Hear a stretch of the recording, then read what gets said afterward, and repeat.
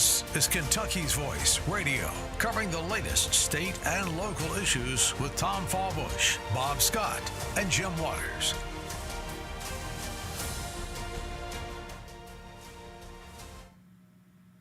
Hey everybody, Andrew Cooperrider here, your host today on Kentucky's Voice. As you can see, I am not in the normal studio. I'll tell you about that here in a second. Before I dig down into it, boy, oh boy, we got a big show for you planned here. I've got Representative Kimberly Holloway, all the way out from the 2nd District. That's out there in Graves County area, is going to be joining the show. Pretty big discussion. It's her first session after she's been elected, taking down a long time incumbent. On top of that, we have Fancy Farm coming up this upcoming weekend, and that is her district. She will be speaking there. It's her first time speaking there, so we will get to have that exciting conversation. If, however, you like what you're hearing today, you want to hear more of the Andrew Cooperrider Show, just tune in right here on 970 AM at 6 p.m. on Sunday. That's 6 p.m. on Sunday right here on 970 AM. And then if you want to see my beautiful face a little more often, you can tune in Wednesdays at 11 on WBNA. That's Wednesdays at 11 p.m. And if you want to reach out to the show, you've got some opinions you want to text about, go ahead and reach out at 502-571-0970.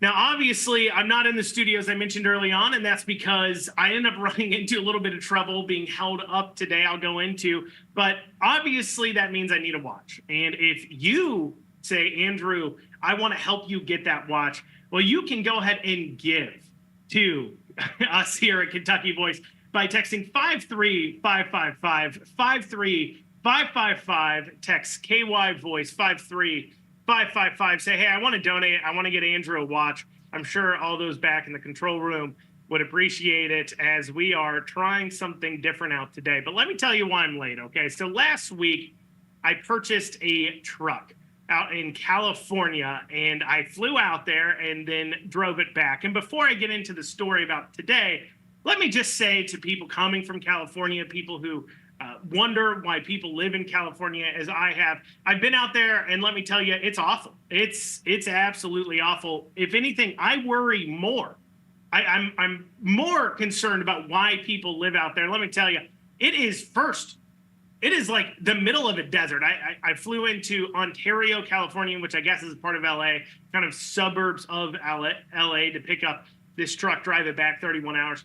And it's dusty. It's dirty. On top of that, there is razor wire above everything. Everything has razor wire around it because, of course, you can't trust literally anyone. The place where I went to pick up the truck, not only did they have a fence, razor wire, they then had 4 or 5 barrier lines of 7,000 volt electric fence to keep out people because it's so awful there. And then you've got the dirt, and it's desert, and then I'm driving down the highway. I'm outside the outskirts of LA, and I've always heard, you know, the big cities, they're trashy, they're gross, they're disgusting.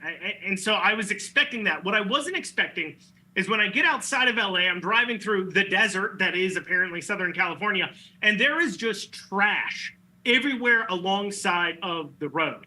And I just want to say to all you Californians, I get it. I now get why you're such jerks. I get why you need to control everybody else. I get why you're so insanely unhappy and you now have to make everybody else unhappy. Because if I lived in a trashy desert and argued with everyone about water, yes, I too would be just awful and horrible and controlling. I can't blame you. You're a product of your own environment. I don't know why you live in the desert. I don't know why you live somewhere you got to fight over water. I don't get why you allow trash just to be strewn all over the ground. Like, sometimes in Kentucky, you may look alongside the road and say, man, there's a trash here, a trash there. I'm telling you, there is trash everywhere. I have no idea why, but it's disgusting. It's gross. It's a horrible place. We got out of there as fast as we could. We drove it back. And that leads to me to what happened today. And to understand why I was a little bit late today, you have to hear about what happened yesterday. So yesterday, I go out to register this truck I'd purchased in California, and I walk into the office to register, the county clerk's office there, and the system is down. For now, apparently, what is the third day. For those of you who are unaware, in 2024, Kentucky switched over to this CAVIS system. And it was a new system for all the county clerks. It was supposed to solve all of our problems. But much like everything else Bashir does when it comes to driver's licensing and registering vehicles, it's broken. It's awful. It doesn't work most of the time. I mean, if you read through the user manuals on their troubleshooting guides, like if you run into X issue, this is what you should do guides, what you will find is that they have no answers for a lot of the issues. And the system on a regular basis just goes down. Like the government's already making me go register my vehicles to drive on the road and everything else. And we can have an argument about whether or not government should be doing that in the first place. Obviously, a lot of people say, look, I shouldn't need to register it, but at the same time, you're driving on public roads. We want to make sure you have insurance, so if you damage others, it's a debate. Putting that to the side. You're already requiring me to go register my vehicle. At least you could do is make it not feel like I'm being drugged across a road full of broken, shattered glass in the process. So I show up, machines down, computers are down. They go down so often that they've laminated a poster at this particular county clerk's office. They laminated a poster and they put it out there, and then they hung it there on the door. I guess you need something sturdy if you're going to be hanging it up as often as they do.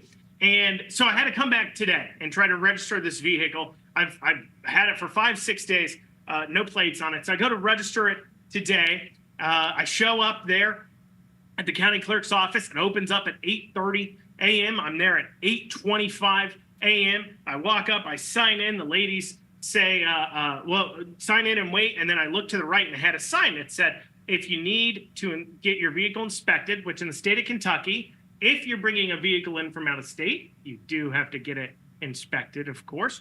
And so they said, if you need to get inspected, let us know. I said, hey, I want to get my vehicle inspected.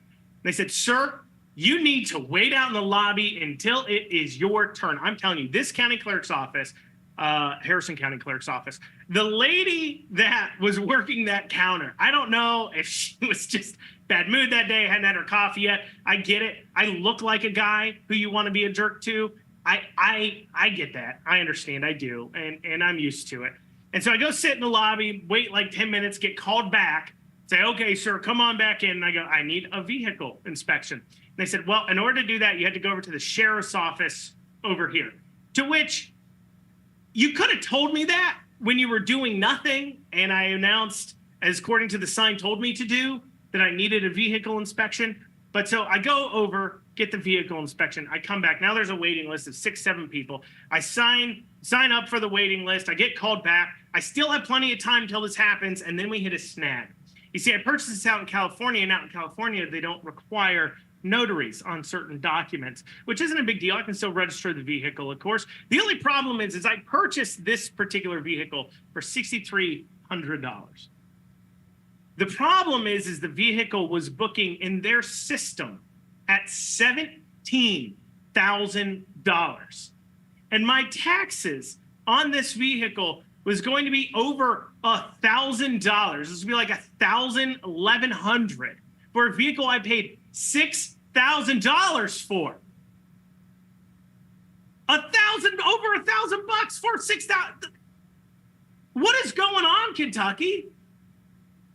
Those are some crazy taxes. And I said, why is it so high? They're like, well, see, the problem is though you purchased it for this amount of money and you have the receipt and it was a public auction, the market weighed in. The market said how it felt. The market said this truck was worth $6,300. But instead, the state of Kentucky, in all their wisdom, like a bunch of communist central planners, has cooked up this value book, not tied to reality. Because I tell you this much, if I could sell that truck right now for $17,000, I would. I'd do it. If anybody out there needs a 2009 F350 single wheelbase diesel with 224,000 miles on it and utility bed, you can buy it. Reach out to me. It's yours, $17,000. I will take it in a heartbeat. You know what I bought it for? That's a good premium on my part. I'll pay the $1,000 tax just to get the title and transfer it to you. Okay, if that's what you want. But I say, why is this worth so much? They're like, well, if you get this document notarized by the city of Los Angeles, because keep in mind that's who I bought the truck from, then you can, then we can only tax you on a percentage of trade-in instead of the full like retail value, which on this vehicle would still be $11,000. Still double what I paid for the actual vehicle. When did we become the communist state of Kentucky? That is my question. This is some central plan. The free market has weighed in. The free market has decided what that vehicle's worth. I'm like, look, there's no way it's worth this amount of money. She goes, well, let me tell you what you can do. You can go over to the PVA and get it reassessed for value next year. I was like, oh, could I go do that right now? Could I go get the PVA to look at this truck right now and tell me what's up with it? She's like, no. You can't do that yet because you don't own the truck. It's like, well, I do own it, and I paid $6,300 for it. I'm just registering it with you. And they're like, no. You can do that next year when it comes time to renew, but you can't do it this year. Or you can go get this paper notified by the city of Los Angeles and save yourself $400. So needless to say, I was in there for an hour, way too long, didn't register my vehicle, and I have to now argue with the city of LA, which I just called a trash heap in the middle of a desert, to get them to sign and notarize a sheet saying I bought a truck from them for $6,300 that apparently in the state of Kentucky they say is worth $17,000, and that is why I'm in my own studio today instead of the WBNA studios shooting this show. Well, coming up after this, we will have Representative Holloway out of the 2nd District joining us. You won't have to just listen to me ramble about the communistic practices of our Commonwealth. No, you'll get your chance to hear from somebody else. We'll be back in a few short minutes.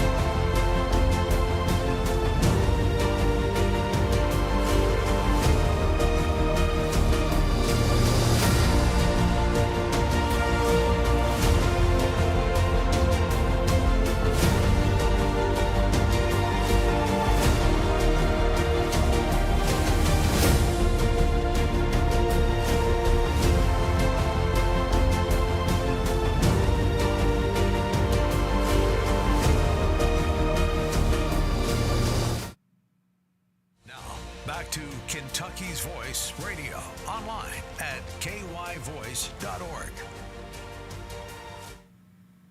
And you're back here with Andrew Cooperrider filling in on today's show of Kentucky's Voice. If you like what you're hearing, you can head over to theandrewshow.com, see all the socials you can follow me on, and you can listen to the Andrew Cooperrider Show right here on 970 AM, Sundays at 6 p.m., and also watch me, WBNA, on Wednesdays at 11. I'm joined by Representative Kimberly Holloway from the 2nd District, right? That's right. Number 2, mighty number 2. Thank you for joining me. Well, thank you for having me on. Absolutely. You've been very flexible. Yeah. I was telling everyone about why I was late today. Thankfully, you're coming back to Frankfurt. My studio, where I film out of, is actually near Frankfurt. I got to take the scenic route to get here this morning. There you go. You got to go to Louisville. That's right. That's right.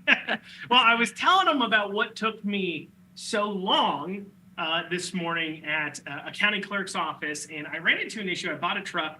This is what I told everybody, and nobody wants to hear it, but you weren't here. I missed it. Truck out in California at a public auction, $6,300. I brought it back here to Kentucky. I go to register, and you know what they put the vehicle's value at that they want to tax me on?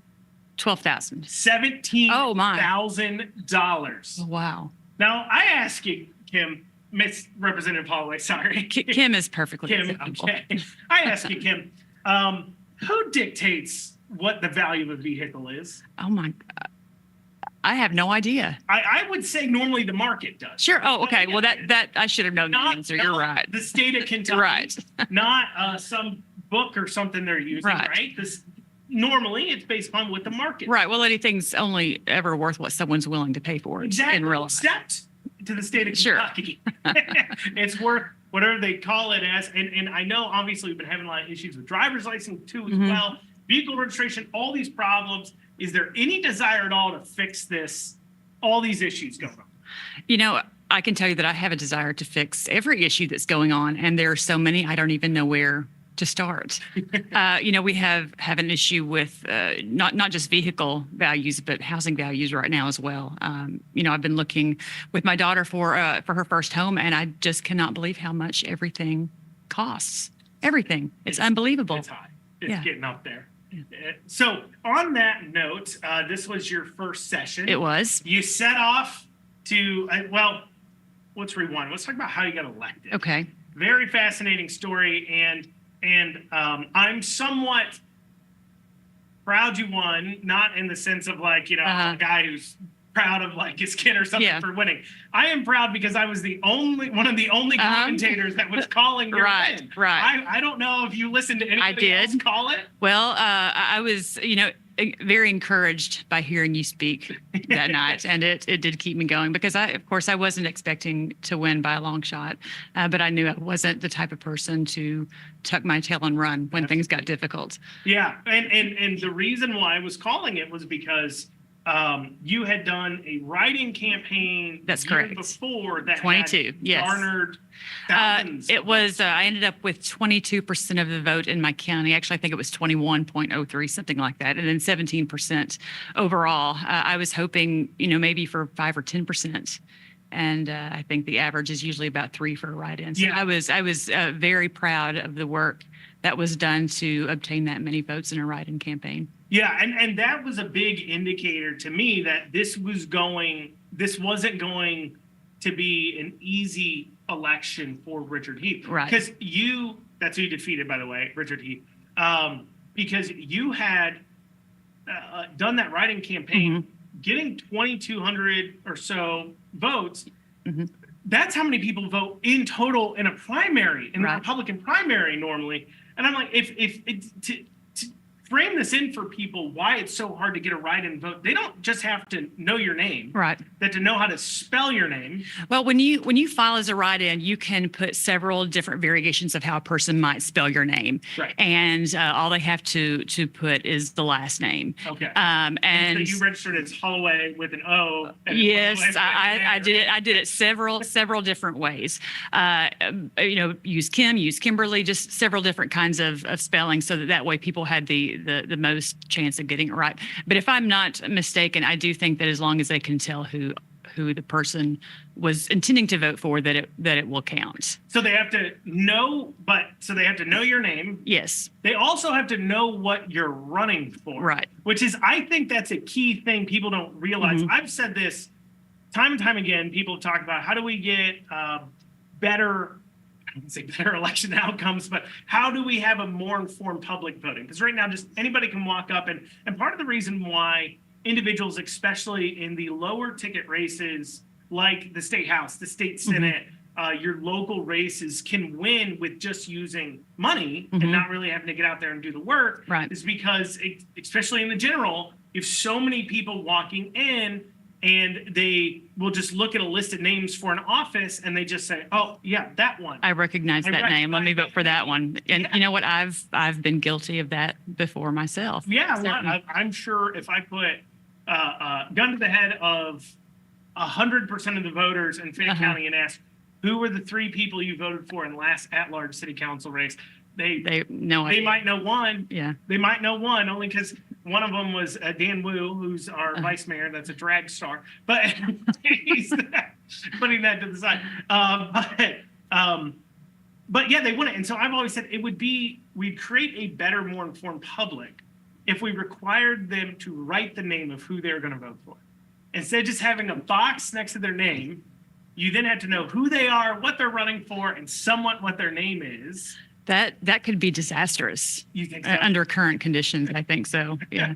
Yeah. Even with the write-in campaign, they are required to keep, a list of every candidate that has filed, under the table somewhere, but you have to actually ask for it. I really wanted to see those names posted. People have a right to know who is running for office without having to go to the extra work of finding out. Now, I won't say that it's not the duty of a voter to know those things, but this is just the world that we live in. Yeah. But it would be nice, if someone can put out a sign that says this person's been disqualified from this race, your vote for this person will not count. We can also put a sign out that says these are your options for write-in candidates. So, Fancy Farms coming up. Yes, it is. This next weekend. Big event for your district. Absolutely. I think probably the biggest event of the year. Yes. For your district. Yes. It It's a big deal. Just political speaking, though. It is a fundraiser for. That's right. For St. Jerome's. Yes, St. Jerome Church. They've been doing it since about 1880, and I think the politics didn't come into it till sometime in the early 1900s. But this is the 145th annual Fancy Farm Picnic. 145th. Yes. Yes. I read somewhere that it's the largest barbecue. Yes. Ever. Yes. Or something. Yeah. At one time, I believe it held a record for the largest barbecue, and whether or not it actually is anymore, I couldn't tell you for sure. But we say that nonetheless because it's impressive. Yeah, of course, you got to go with it. Yeah. So last year was your first time speaking. That's right. At Fancy Farm. That's so, right. Most state house reps wouldn't get the opportunity to speak at Fancy Farm because unless you're running for a higher statewide office, such as the Senate, that's right, federally, or one of the statewide elected offices. A constitutional office, constitutional office. But you did. I get to by virtue of living there. Yeah, you're within the district. It's my hometown and it's part of my district. Now, last time, though, you were talking, when you spoke, your opponent, Richard Heath, was also he was still in office. Was that kind of high stakes? It feel high stakes? Oh, no, I don't think so. I mean, he was doing his job at the time, which was to address the picnic, and I was doing my job as well. We had both addressed the GOP breakfast earlier that morning, and I get used to being in the same room with him quite a bit. We don't really talk a whole lot. Yeah, well, he doesn't really talk a whole lot. Well, that is true. Yeah. How long was he in office for? 12 years. 12 years. Yes. Why do you think it is that his district so not resoundingly, but it is, a long time coming. 12 years. He was chair of the agriculture committee. That's a pretty powerful position. And then his district comes along and kicks him out. We'll talk about that. Yes. And we'll talk about also what your plan is into the future. Okay. When we come back on this next segment, and we'll talk about, too, this last session, some of the bills and everything else. We'll have that conversation. You're listening here to Kentucky's Voice. I'm Andrew Cooperrider, filling in for you all today to go ahead and host. If you want to check out the Andrew Cooperrider show, you can listen right here on 970 AM at 6 p.m. on Sundays, and on Wednesdays at 11 o'clock on WBNA. We'll be back here soon.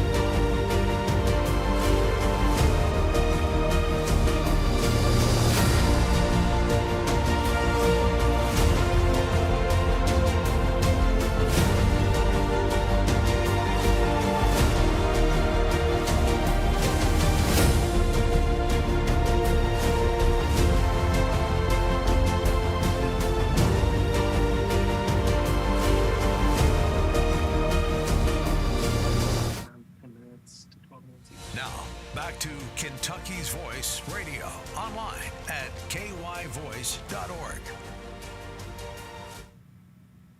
And you're back here on Kentucky's Voice. Today's host for you, Andrew Cooper-Ryder, talking with Kimberly Holloway here, representative in the 2nd District. If you want to chime in, you have opinions, go ahead and reach out to us by texting 502-571-0970. Once again, that's 502-571-0970. And if you want to say, you know what, I like Andrew so much, he should get paid money for what he does here today, then you should donate to us here at Kentucky's Voice at 53555. Text 53555 KY Voice. Text that at 53555. Representative Holloway, going back to your election, it was an insurgent campaign. A lot of people weren't calling you were going to win, other than myself. I called it.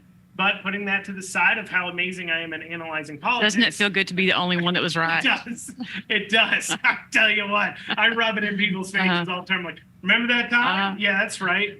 But anyways, why do you think it is, though, that the districts, just rejected? Well, like I said, he's been in office for 12 years. And during that time, we live in a very red area. Very seldom is a Democrat even going to try to run for this office. They have over the past few years, hasn't worked out, and so largely he's been, for all practical purposes, unopposed since he's been in office. And there were a couple of times when he sought higher office. He ran for Commissioner of Agriculture twice, and would run for offices at the same time. And last time he was like simultaneously running for office. Well, twice he was. I think he was in office both times that he ran for Commissioner of Agriculture. While he was running for Commissioner of Agriculture, yes, he was also still. Oh yes, yes. I wonder how that works with KREF, like fundraising. Well, I mean, it's legal as long as they're not, within the same year. Your name can only be on the ballot at one time. Mm-hmm. Then somebody could conceivably donate to you. It seems like a huge loophole because we have donation limits, which is, I believe, right now $2,100 a person, $4,200 a married couple. But if you have two simultaneous campaigns going, I could donate $8,400 to you, and they're both just about raising name ID. You could almost cut the same ads coming out of the same campaign, run them in the same area. I suppose that you could. And now you're double dipping.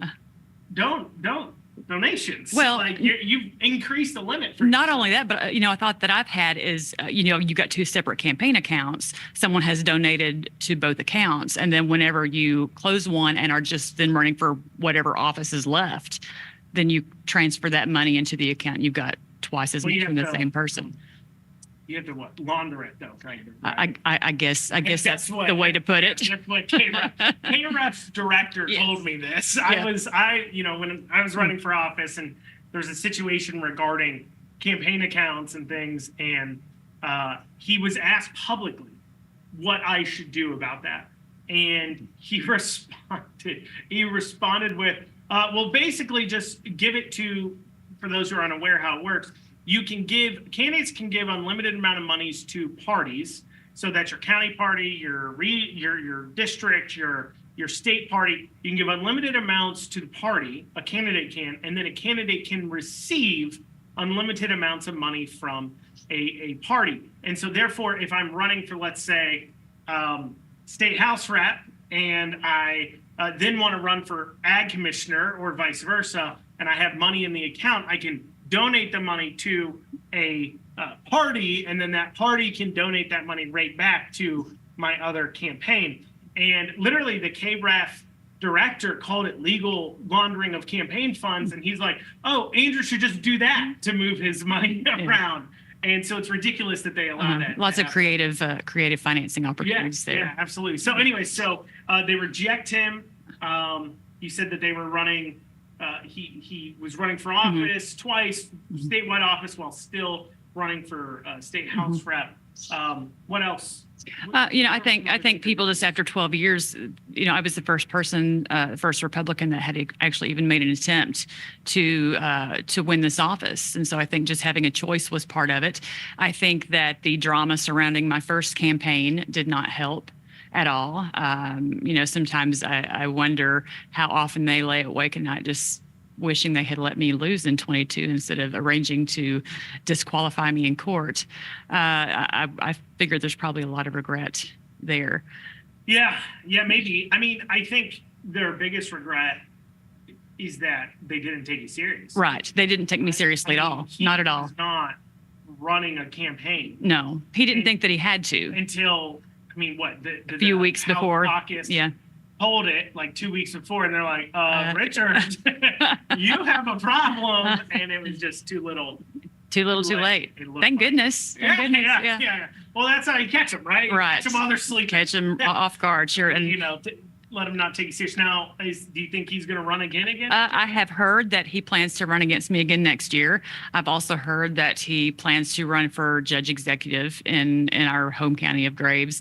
And there's some back and forth on that. What I understood was that at one time he decided not to run for judge executive because at his age he's just too old to get up and go to work every day, and that way I know we should give him the presidency. That is like that's the qualifier. If you're too old that's to right. get up and go to work every day, you should be president. That's right. That's how it works in America. I have a general rule. If when I watch you walk, if I'm like they're gonna fall, like I get nervous, I don't know if you've ever seen that. Or I think he's still pretty steady on his feet. Is he? If I watch you like go downstairs, I was one time out in Eastern Kentucky for an event, and I saw both Hal Rogers and Mitch McConnell speaking on stage at the same event, and then coming off stage, and I'm like, oh my god. Like this guy's gonna die in front of me. I've seen it myself. Yeah. And so if I'm concerned about that, sure, you shouldn't be in office. Sure. No, I don't. If the steps can take you out, right? I don't think of Richard as an old person. I think he's about 67. That's still pretty young. Of course, I'm married to a 64-year-old man, so what do I know? But I think he's still pretty healthy and capable of doing quite a few things physically. But I think it's time to bow out gracefully. Sure. And let someone else do what they can. Would have been, okay, all right, fair enough. But he's got. Yes. Now this is ridiculous. Yeah. He's got to redeem. But anyways, moving away from that, it was your first session. What do you think? What has been the feedback? Do you think your district is like, hey, we made the right choice here, or do you think there's buyers? Do you think it's different than you thought it was going to be? You learned a lot. I think the feedback that I'm getting from my own district is that I'm doing a very good job, and there are quite a few people who weren't necessarily supportive before who are seeing that I meant when I said I was going to work. And what most people see are the legislative sessions and the laws that we pass in those 30 to 60 days, but the majority of this job is right there in my own district. It's making phone calls and making connections and going out, looking at watersheds, going to board meetings, meeting with the superintendents. Just made what it actually is exciting. It is exciting. Look at watersheds. Yes, it's I'm learning so much about watersheds and lots of things that I had no idea about before. But I'm really just thankful that people are utilizing the representative and asking questions. I'm not sure if it's always been this way, but What's the most common question or complaint? Well, I would say regarding property taxes, we're getting a lot of issues with flooding right now. We have a river down there that has significantly damaged quite a bit of farmland. Had some torrential rains this spring that have. It's been really, it's been very wet. Yes. Yeah, we're still recovering from that as well. Yeah. What's anything's causing that specifically? You tell me what you think. I don't know. I'm not like big on the whole cloud seeding thing. I'm going to be honest. I never really thought of like the whole chemtrails thing as like a thing. Yeah. And then. But now you're starting to wonder. I understand. I watched this interview with the CEO of one company that's like, yeah, so we're making these clouds to collect up water. And I'm like, oh, whoa. Hold on. I was told you're not doing that. Yeah. And this guy's sitting there saying, you're doing it. Mm-hmm. I don't know if that's causing it. I think for me, the question is not are they, it's do I believe they could? Yes. And do I believe they would? Yes. I think that the government is capable and willing to do things like that if it benefits itself. Yeah. Certainly. I don't know what the benefit is of have no clue. of making it rain a whole lot in Western Kentucky. Like, oh, we need global cooling. Like it's kind of like, and I know obviously, we met over the COVID vaccine fight and everything else. We did. And we saw with COVID, where the government's willing to fund gain of function research in an enemy country. Absolutely. Because, and this is, paper Fauci wrote where he said, gain of function research, sure, people will die if it gets out. And that's a risk, but that's a risk worth it because it means we'll save more people in the future. So if some people die now, that's okay to save people into the future. And that is their thought process. So I don't necessarily think that the government needs to be involved in that at all. In weather making? In weather making or healthcare or let's lots of things. Let's leave lanes. Like weather making's God's lane. Yes, Let's not play in that litter box. Let's stay out of it. But anyway, so a lot of issues there, and so what do they ask for you to do? What can you do as a representative to help them in those situations? Mostly what people are looking for is for someone to listen to them and someone just to demonstrate a concern that they are having a hard time with whatever issue they are struggling with at that moment. And a lot of times it's about acting as liaison between that person and whatever branch of government or office they need to get in touch with. Some people don't know who to call when they've got an issue, and a lot of it is just making those connections for them.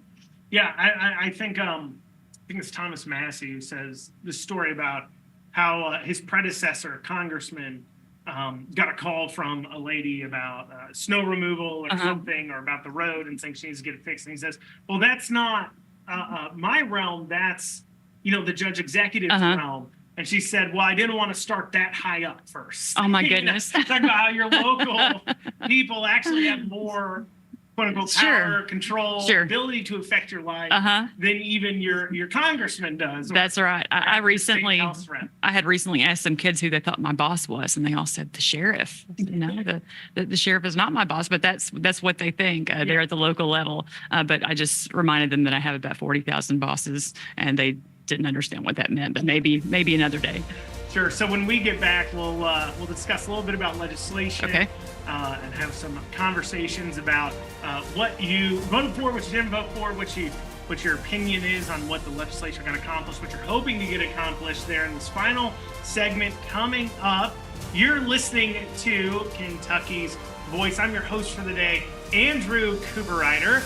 We'll be back here in a few short minutes here with Representative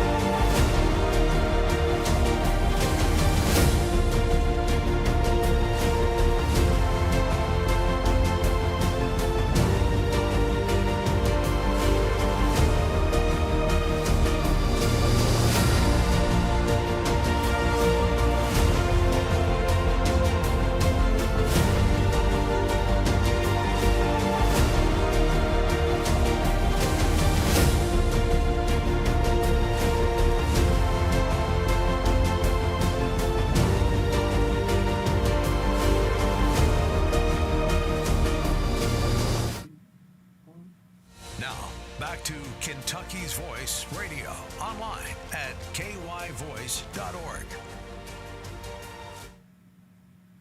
And you're back here on Kentucky's Voice. I'm your host for the day. Here in this final segment, Andrew Cooper-Ryder. If you want to join into the conversation, feel free to shoot us a text, 502-571-0970. Once again, that's 502-571-0970. Like a young girl who just gave her phone number to a cute boy, I am waiting for your communication. I'm waiting for your text. So, anyways, Representative Holloway, thank you for joining us today and having. Thank you. We've kind of led up to this, talking about your first time in session, your election, how amazing I am at political analyst. That's right. That's right. Now we're moving on to some legislation that went through this past year. What did you like that the legislature passed? What did you not like? Well, I would say there were probably equally as many bills that I didn't like as I did like. I have heard that I am the lowest scoring Republican ever on the Chamber of Commerce's scorecard. I got a 55%, which I'm incredibly. What was your score? I'm incredibly proud of that. Liberty Republican. Family Foundation, I think, was 87%. American Action Fund was, I believe it was 87% also.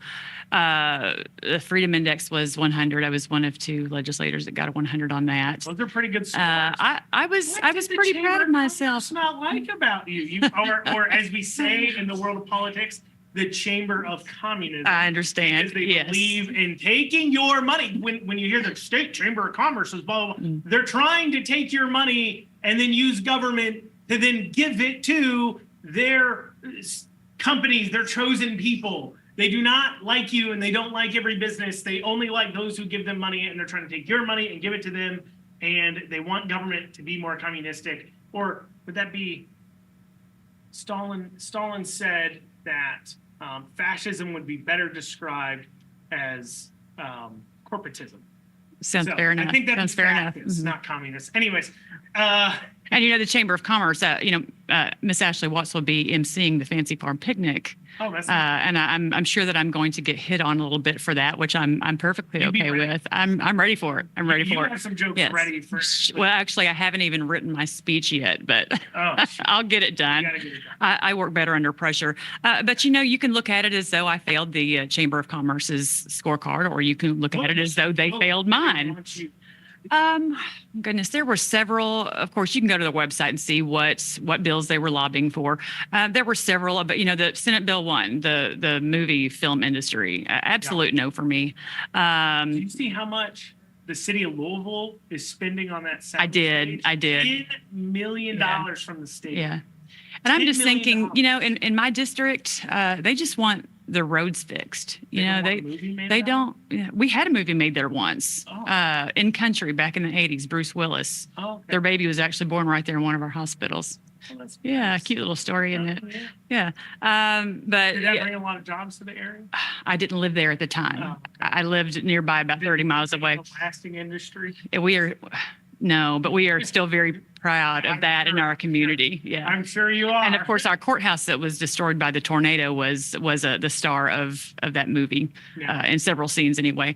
But as far as legislation, they had several bills that stop arm cameras on school buses and just. Why do you not like stop arm cameras? Well, it just. You hate children? I do. Can we rewind that? I can see that I can see that being used. That's right.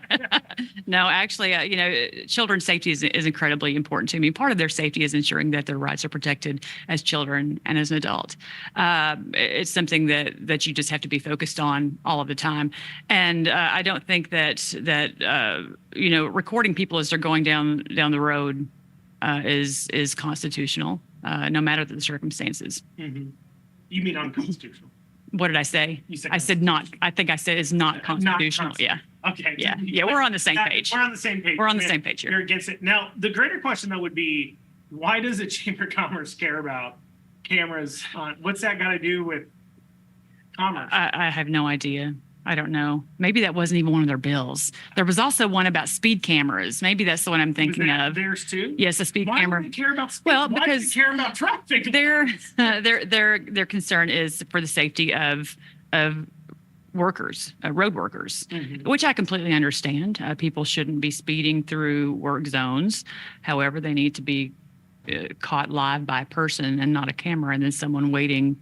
I mean, if you've got an officer waiting at the end of this stretch of road, they can stand at the beginning of it and remind people to slow down. Well, and it's hard to question a camera. It's hard to know exactly. Well, you have the right to face your accuser, and they don't talk very much. Yeah.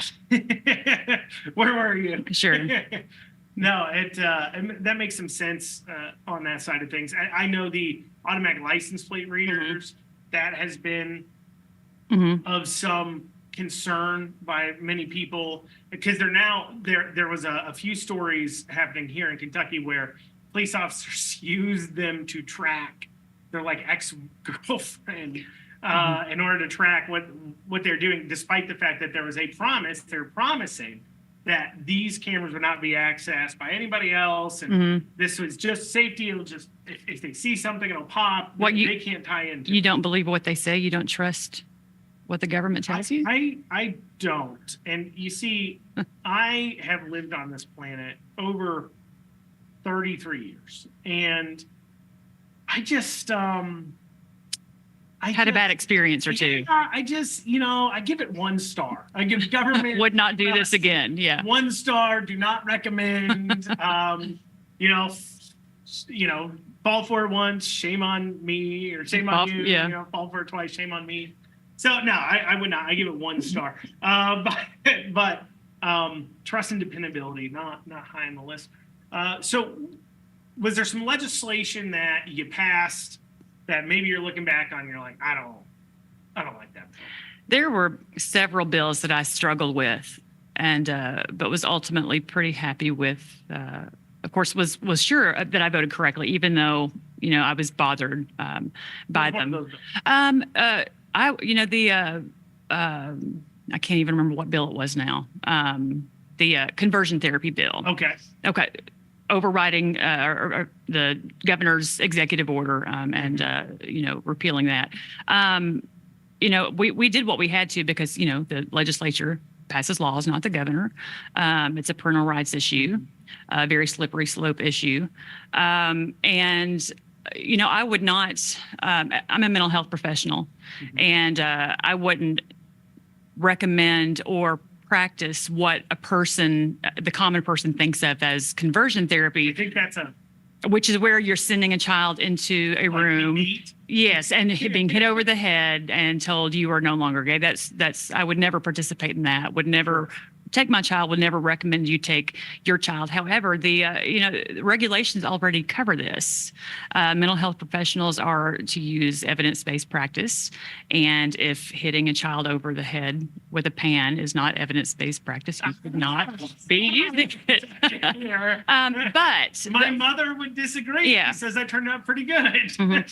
The reason that I had an issue with it is, just because I have friends and family and in my community that are important to me that are gay, and I would not want to come across as though I would subject them to that kind of treatment. To like be certainly, absolutely not. But I think his executive order, the way he defined conversion therapy, was now crossing over into like religious. Exactly.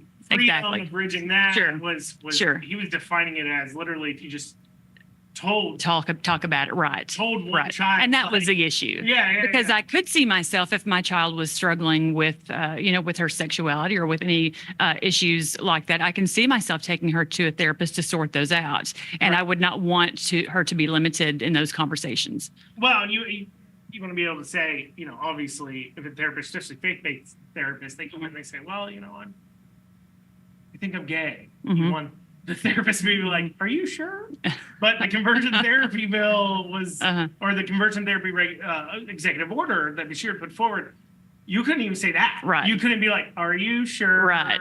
You sure? You had to say, yes, you are. You just don't want attention right now because you have new siblings and you're not very good at sports and they are. You're not very good at school either. And so you're like, how do I get people to notice me?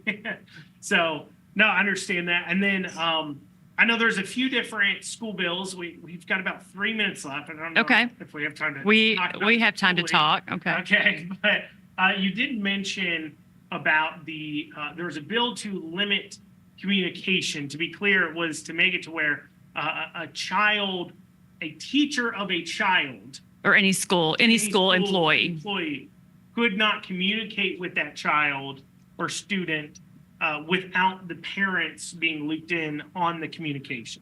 Right. They are required to use a traceable form of communication as approved by their local school district.